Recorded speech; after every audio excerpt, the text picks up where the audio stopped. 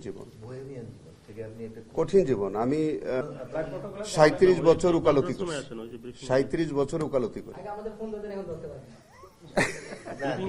এখন ধরতে হবে, হ্যাঁ নিশ্চয় লাগে না, সবকিছু রেকর্ডের বিষয় না।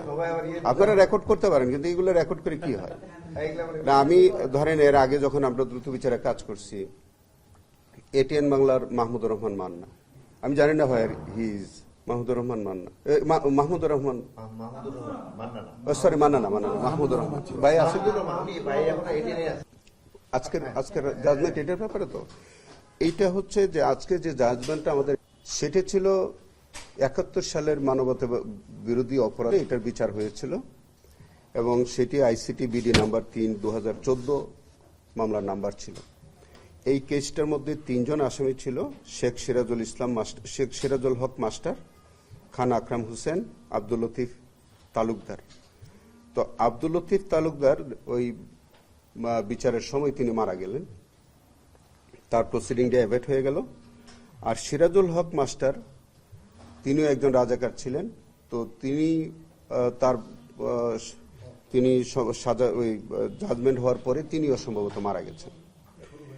আর খান আকরাম হোসেন তার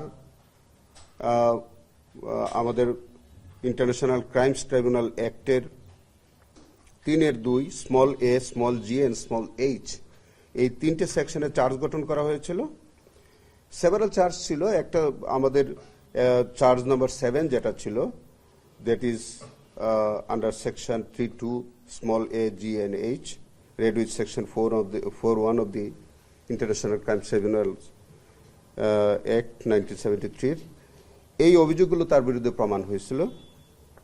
তো তখন তৎকালীন ট্রাইব্যুনাল তাকে কনভিক্ট করে এবং টিল হিজ ন্যাচারাল ডেথ, যতদিন তিনি বেঁচে থাকবেন জেলখানায় ততদিন পর্যন্ত তিনি জেলে থাকবেন, এরকম একটি সাজা হয়েছিল।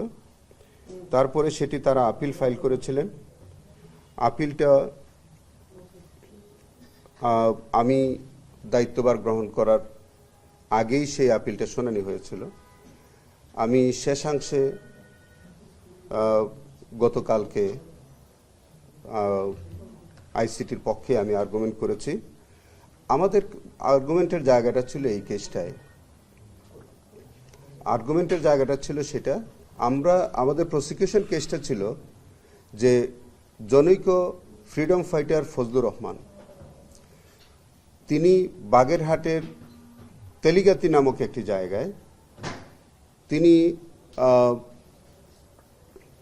ওই তার অন্যান্য মুক্তিযোদ্ধাদের সহ তার ক্যাম্প থেকে তিনি বাড়ি ফিরছিলেন বা আসার পথে, তখন এই রাজাকার যারা শেখ সিরাজুল হক মাস্টার, আকরাম হোসেন, লতিফ তালুকদার সহ অন্যরা, তারা তাকে ক্যাপচার করে নেয় রাস্তায়, তাকে একটা বাজারের মধ্যে নিয়ে যায়। সেখানে আকরাম হোসেন তো প্রথম গুলি করে এবং অন্যান্যরাও তাকে গানশট করে, সেটা তাকে ওখানে হত্যা করা হয়। পরে তার ডেড বডিটা একটা খালের মধ্যে ফেলে দেওয়া হয়। এটা আমাদের prosecution case. In support hour এই এলিগেশনের সপক্ষে 4 জন লাইভ উইটনেস, যারা আই উইটনেস আমরা বলি, যে 4 জন আই উইটনেসকে পরীক্ষা করা হয়েছিল। 4 জন সাক্ষী ক্যাটাগরিক্যালি তাদের এই অভিযোগটাকে সমর্থন করেছে এবং 4 জনই বলেছে যে তাদের সামনে তারা দেখেছে যে তাকে গুলি করে হত্যা করতে দেখেছে এবং তারা পরবর্তীতে ভয়ে ওখান থেকে চলে গেছে, এরকম সাক্ষী ছিল। এবং বিচারকালে এই 4 জন সাক্ষী ডকে এই খান আকরাম হোসেনকে আইডেন্টিফাই করতে পেরেছে। ডিফেন্সের একটা প্লি তারা নিয়েছে যে এই খান আকরাম প্রকৃত রাজাকার যে আকরাম, তিনি সেই ব্যক্তি না, এরকম একটা প্লি তারা নিয়েছিল। কিন্তু কালকে তাদের কনসাস স্টেটমেন্ট থেকে আমি দেখিয়েছি এটা, যে তারা কনসাস স্টেটমেন্টের প্যারাগ্রাফ 7-এ তারা নিজেরাই স্বীকার করেছে যে আসলে 2 জন আকরাম ছিল, সেপারেট, দে আর সেপারেট আকরাম। সো এখানে আইডেন্টিফিকেশনের কোনো প্রশ্ন নাই। আমরা পরিষ্কার করে বলেছি যে আমরা এখানে যে Khan Akram Hossain, he was actually accused in this case, আর তারা যে আকরামের কথা বলতে চায় সেই আকরাম থাকতে পারে, একই নামে দুইজন আকরাম থাকতে পারে, কোনো আইনগত তো সমস্যার কিছু নাই। তো যেহেতু ডকে এই খান আকরামকেই শনাক্ত করেছে, প্রত্যেকটা ফ্রিডম ফাইটারের সাক্ষী, তারা প্রত্যক্ষদর্শী ছিল, তারা আইডেন্টিফাই করেছে, এবং কেসটা আমরা মনে করি যে এটা যথাযথভাবেই। নোভা এলইডি টিভি, ঝকঝকে ছবি, নিখুঁত শব্দ, 5 বছরের ওয়ারেন্টি। নোভা মানে সঠিক মান, নিশ্চিত সেবা। রাষ্ট্রপক্ষ মানে চিফ প্রসিকিউটরের পক্ষ থেকে এটা প্রমাণ করতে সক্ষম হয়েছিল। গতকালকে তা যেটা একটা আইনগত আলোচনায়, যেটা আমাদের আজহারুল্লাহ সাহেবের কেসে যে পয়েন্টটা তারা সেটেল করেছে আমাদের অ্যাপিল ডিভিশন ইতোমধ্যে, যে যে ওয়াইড স্প্রেড অথবা সিস্টেমেটিক ক্রাইম, এই অফেন্সটা ওয়াইড স্প্রেড বা সিস্টেমেটিক ক্রাইমের মধ্যে আসবে কিনা।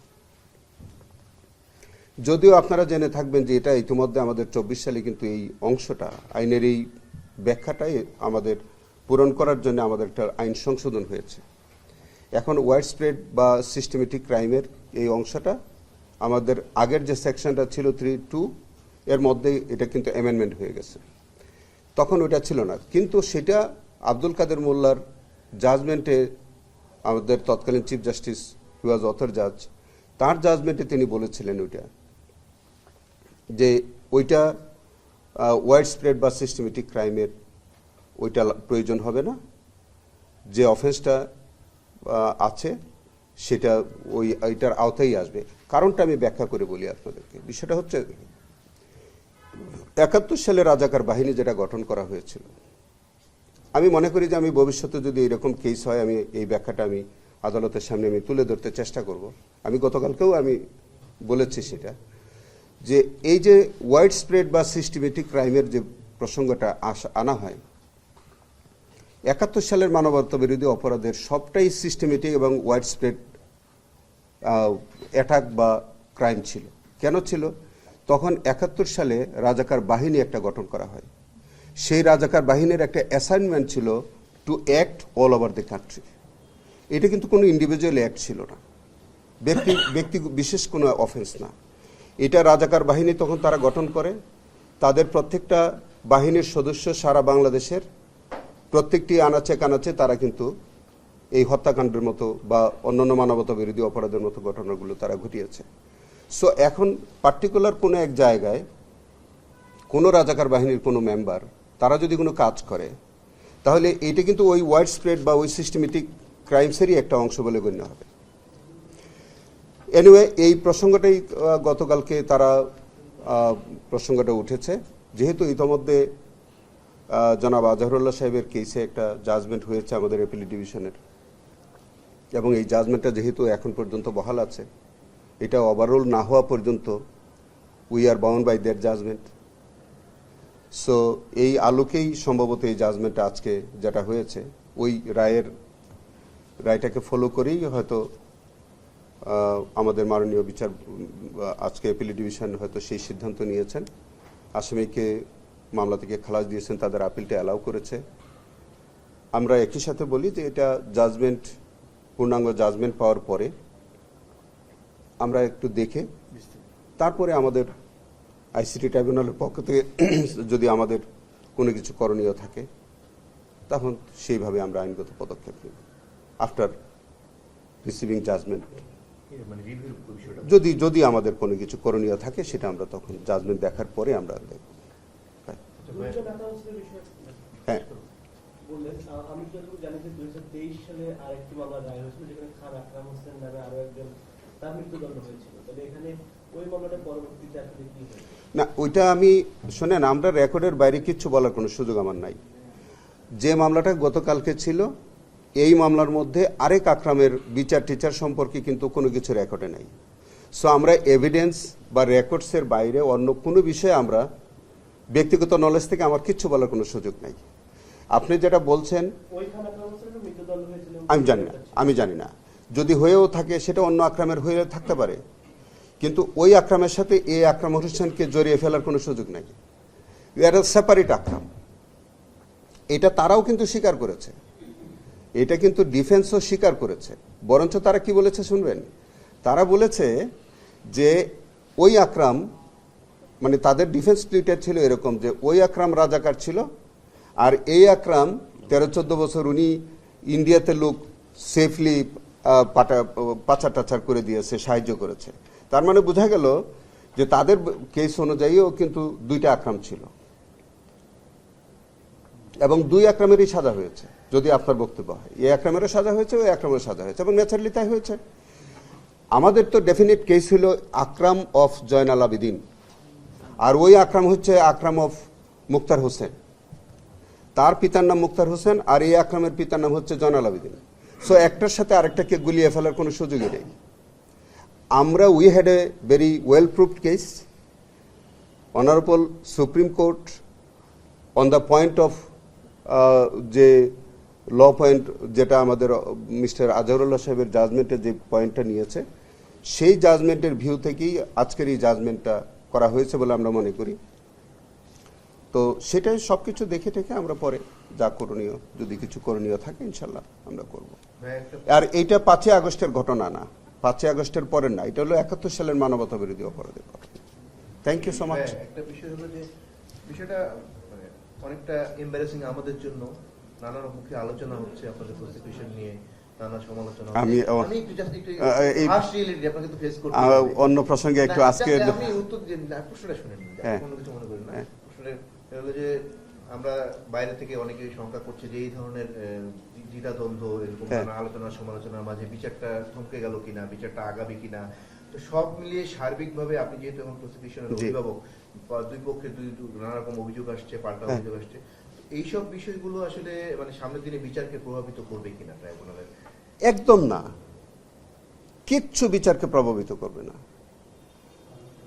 আমি যতদিন আমি আমার দায়িত্ব পালন করব, আপনারা আমাকে অনেকে চিনেন তো আগে থেকে, সো আমি কম্প্রোমাইজ করা আমি শিখি নাই। আমার দ্বারা কোনো কম্প্রোমাইজ কিছু হবে না। আমি আবারও বলছি যে কোনো নির্দোষ মানুষ আমার দ্বারা বিন্দুতম কোনো হয়রানির শিকার হবে না। আর কোনো অপরাধে যদি হয়, ভুলভ্রান্তি ছাড়া, আমার নিজেরও তো ভুলভ্রান্তি হতে পারে, বাট কোনো অপরাধী পার পেয়ে যাবে এই চিন্তা করে লাভ নেই। একদম স্ট্রেইট মেসেজ, কোনো নিরপরাধ ব্যক্তি হয়রানির শিকার হবেন না, কোনো অপরাধী ছাড় পাবে না। সো আমাদের এখানে বিচার থমকে যাওয়ার কোনো ব্যাপার নেই।